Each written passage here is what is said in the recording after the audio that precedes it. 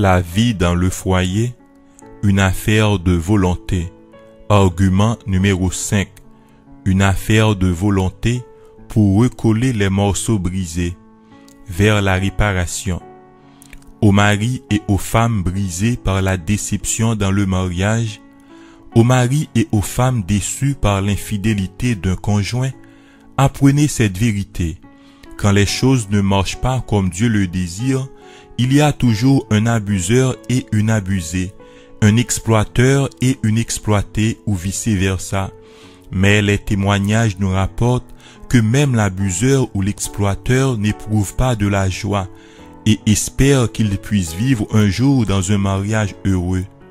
Aux abuseurs, il est une affaire de volonté pour cesser les abus physiques, les abus moraux, les abus émotionnels ou même les abus spirituels. Par principe, nos péchés retournent contre nous.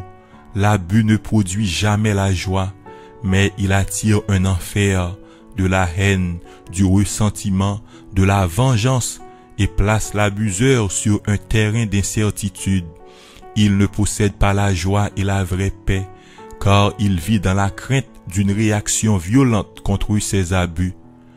Dans un environnement abusif, l'acte conjugal ne peut pas apporter de la satisfaction, car le plaisir s'évanouit quand les abus prévalent.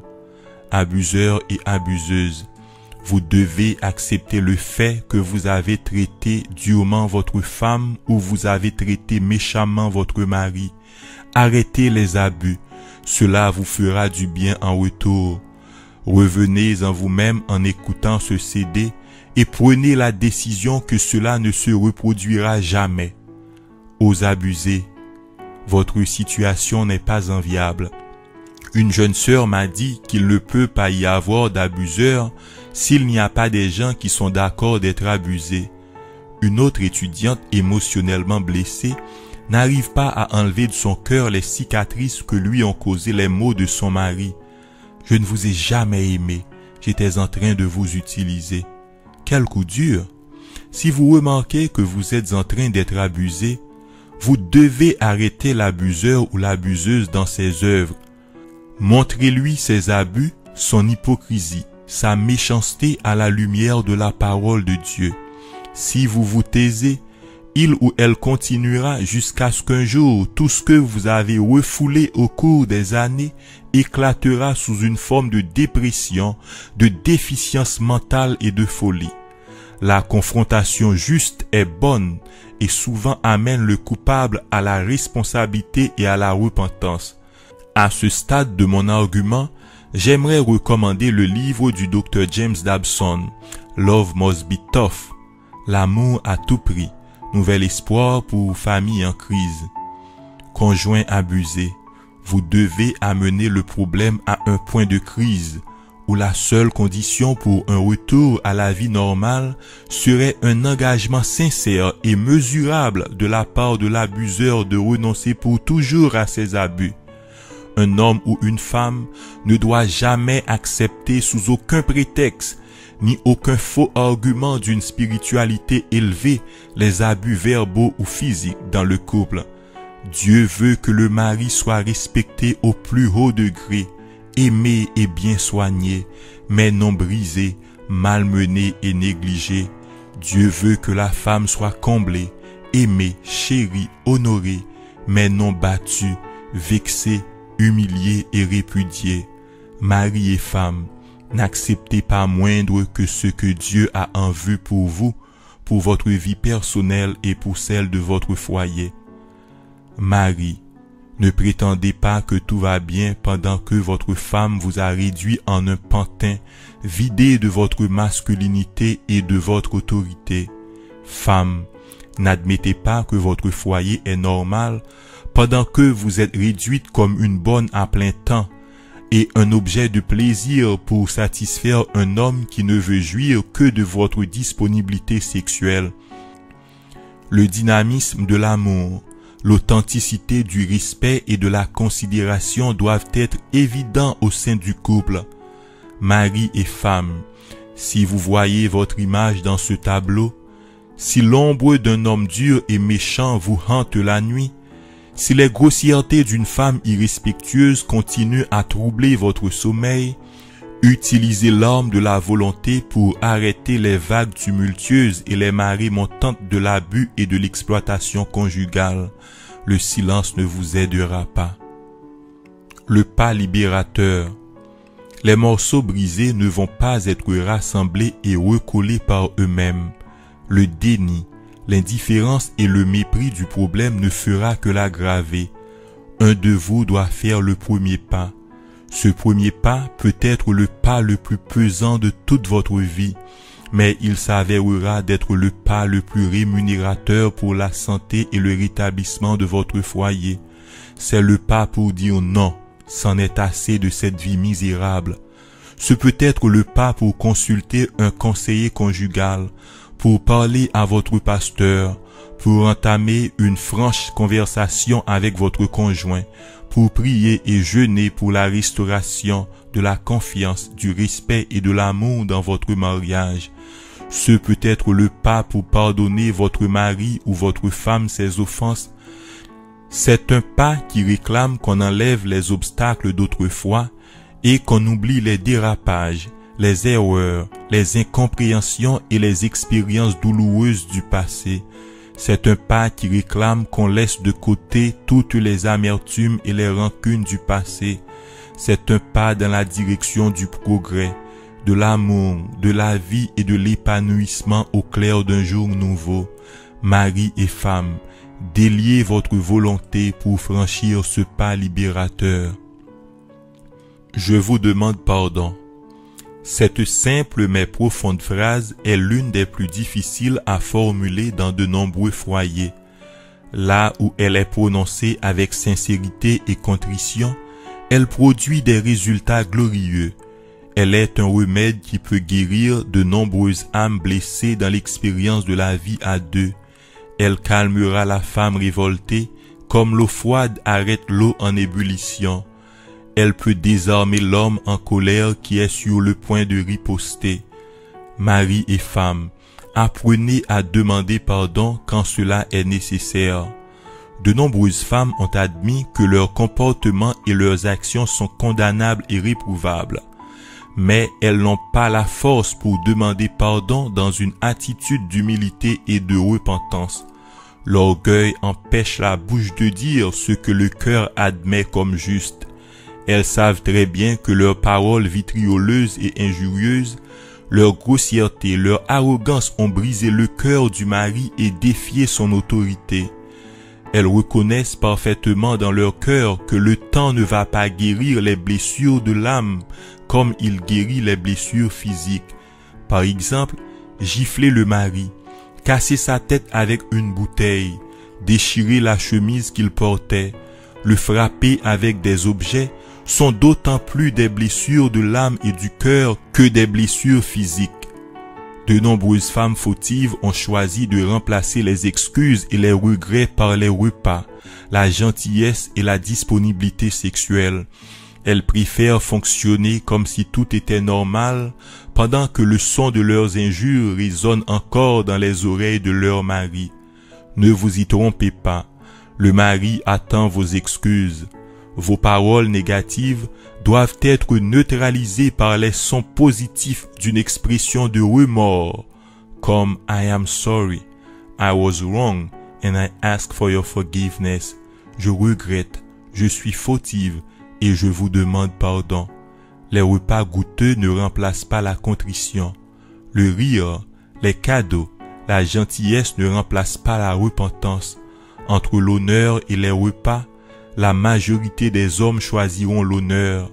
Entre le respect et la beauté, la majorité des hommes choisiront le respect. La valeur d'une personne peut être mesurée dans sa capacité à reconnaître quand elle est fautive et demander pardon avec la garantie qu'elle ne répétera pas le tort. Combien de femmes ont des dettes envers leur mari? Femmes, combien d'entre vous ont des excuses à présenter? Combien d'entre vous ont des réparations à faire? La confiance, l'amour et la sollicitude que vous désirez tant ne pourront pas être rétablis tant que vous ne vous êtes repentis de vos offenses. Combien d'hommes ont de lourdes dettes envers leurs femmes? Combien de maris ont de grandes réparations à faire?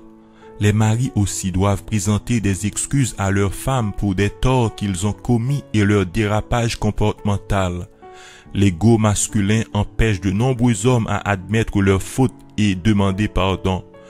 Le refus d'admettre ses fautes conduit à de grandes difficultés dans le processus de rétablissement.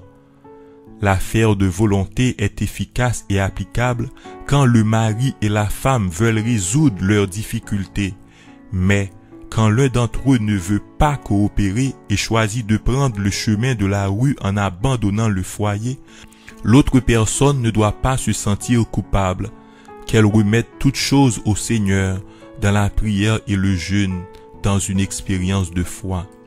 Une expérience de foi.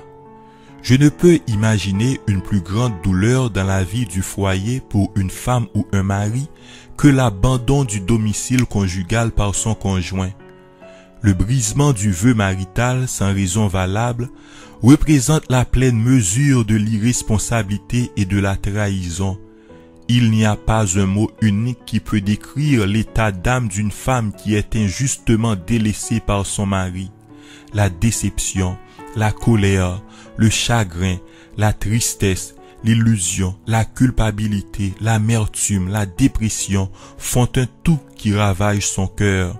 Cette douloureuse expérience peut être résumée ainsi: une histoire d'amour finie, une confiance abusée, un cœur blessé, une séparation inattendue, des nuits noyées dans les larmes, enfin une déception. C'est une grande épreuve quand un mari a laissé sa femme qu'il aime pour une autre, ou quand une femme a abandonné le toit marital pour un nouvel amant. Les douleurs émotionnelles, psychologiques et physiques sont énormes. Le conjoint victime est privé de la compagnie, de l'aide matérielle et du plaisir que Dieu lui a donné légitimement dans la vie conjugale. Dans cette période de solitude et d'inquiétude, il lui faut la foi et une grande crainte pour Dieu pour ne pas se livrer à des actions libidineuses et des comportements reprochables. Ma pensée va à toutes mes sœurs en Christ qui sont obligées de vivre seules et qui ont résolu d'honorer Dieu à travers cette triste expérience. Soyez rassurées, mes sœurs, que Dieu ne vous abandonnera pas. Cette situation est votre fournaise.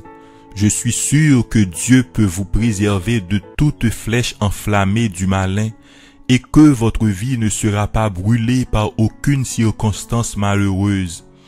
Cette situation est votre fosse au lion. Je suis convaincu que le Seigneur ne permettra à aucun lion déguisé en forme d'agneau vous dévorer votre honneur et votre respect. Cette situation est le marat de votre vie. Je suis certain que le Seigneur vous conduira vers les 12 sources d'eau et les 70 palmiers d'Élim pour vous rafraîchir. Il mettra des personnes bien intentionnées sur votre route pour l'assistance matérielle et l'encouragement dont vous avez besoin. Ayez foi en Dieu. Il a le pouvoir de changer les temps et les circonstances en votre faveur. Que la paix du Seigneur Jésus repose sur vous. Que le Seigneur vous bénisse et vous comble de toutes ses bénédictions. Le juste juge. Récemment, un pasteur a déclaré dans une conférence sur la famille qu'une seule personne ne peut pas briser un foyer. Il aurait sous-entendu que chaque conjoint a une part de responsabilité dans les fondements de mariage. Cette assertion est vraie dans certains cas, mais pas dans tous les cas. Il est important de souligner qu'un seul conjoint peut briser l'union matrimoniale. Quand un mari ou une femme n'a pas la volonté de vivre avec son conjoint, il ou elle peut utiliser toutes sortes d'excuses pour dissoudre l'union matrimoniale. Quand il y a de la dissimulation, aucun conseiller conjugal ne peut pénétrer les secrets du cœur des époux pour dire qui a raison ou qui a tort. Aucun œil humain ne peut pas pénétrer le noyau du foyer où les paroles et les attitudes les plus grossières sont souvent exprimées. Dieu seul connaît le véritable état de chaque foyer.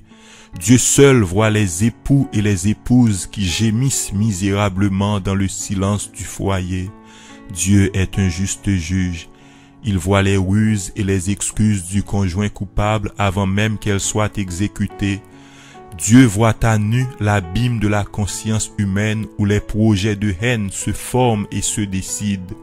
Il connaît le menteur, le trompeur et le conjoint qui agit avec mauvaise foi. Conjoint abusé, ne soyez pas découragés. Dieu voit les douleurs et les oppressions de votre âme. Il ne juge pas à la manière du monde qui souvent donne gain de cause aux plus éloquents ou aux plus influents. Dieu ne partagera point la faute entre les époux, là où une seule personne est coupable. Il ne tiendra pas non plus l'innocent pour coupable, ni le coupable pour innocent. Il sait parfaitement lequel des conjoints est fautif, et sa rétribution est avec lui. Mari et femme injustement délaissés, remettez votre sort au juste juge, il vous fera justice. Si vous aviez mal réagi dans certaines circonstances dans l'éclatement du foyer, implorez le pardon et la miséricorde de Dieu. Plaidez le sang de Jésus pour votre purification et votre restauration. Que Jésus soit le Seigneur de toute votre vie. Si votre mari ou votre femme vous abandonne, sachez que le Seigneur Dieu vous aime, car le psalmiste dit sous l'inspiration du Saint-Esprit, « Car mon père et ma mère m'abandonnent, mais l'Éternel me recueillera. » Psaume 27, verset 10.